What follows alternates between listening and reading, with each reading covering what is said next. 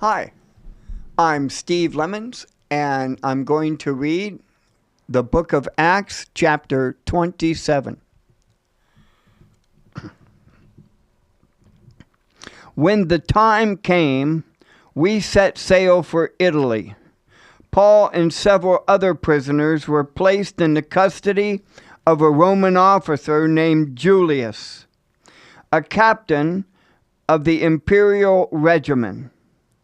Aristarchus, a Macedonian from Thessalonica, was also with us. We left on a ship whose home port was Adamateon on the northwest coast of the province of Asia. It was scheduled to make several stops at ports along the coast of the province. The next day, we were docked at Sidon. Julius was very kind to Paul and let him go ashore to visit with friends so they could provide for his needs. Putting out to sea from there, we encountered strong headwinds that made it difficult to keep the ship on course. So we sailed north of Cyprus between the island and the mainland. Keeping to the open sea, we passed along the coast of Sicilia and Pamphylia, landing at Myra in the province of Lycia. There, the commanding officer found an Egyptian ship from Alexandria that was bound for Italy, and he put us on board. We had several days of slow sailing, and after great difficulty, we finally neared Cnidus. But the wind was so against us that we sailed across to Crete and along to the sheltered coast of the island past the Cape of Salmone. We struggled along the coast with great difficulty and finally arrived at Fair Havens near the town of Lasea. We had lost a lot of time. The weather was becoming dangerous for the sea travel because it was so late in the fall. And Paul spoke to the ship's officers about it. "Men," he said, "I believe there is trouble ahead if we go on. Shipwreck, loss of cargo, and danger to our lives as well." But the officer in charge of the prisoners listened more to the ship's captain and the owner than to Paul. And since Fair Havens was an exposed harbor, a poor place to spend the winter, most of the crew wanted to go on to Phoenix, farther up the coast of Crete, and spend the winter there. Phoenix was a good harbor with only a southwest and northwest exposure. When a light wind began blowing from the south, the sailors thought they could make it, so they pulled up anchor and sailed close to the shore of Crete. But the weather changed abruptly, and a wind of typhoon strength called a nor'easter burst across the island and blew us out to sea. The sailors couldn't turn the ship into the wind, so they gave up and let it run before the gale. We sailed along the sheltered side of the small island named Cauda, but with great difficulty we hoisted aboard the lifeboat being towed behind us. Then the sailors bound ropes around the hull of the ship to strengthen it. They were afraid of being driven across the sandbars of Syrtis off the African coast. So they lowered the sea anchor to slow the ship and were driven before the wind. The next day, a gale-force wind continued to batter the ship. The crew began throwing the cargo overboard. The following day, they even took some of the ship's gear and threw it overboard. The terrible storm raged for many days, blotting out the sun and the stars until at last all hope was gone.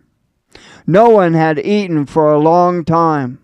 Finally, Paul called the crew together and said, "Men, you should have listened to me in the first place and not left Crete.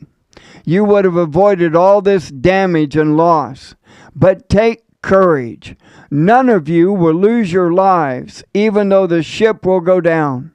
For last night an angel of the God to whom I belong and whom I serve stood beside me. And he said, 'Don't be afraid, Paul, for you will surely stand trial before Caesar. What's more, God in his goodness has granted safety to everyone sailing with you. So take courage, for I believe God. It will be just as he said, and we will be shipwrecked on an island.'"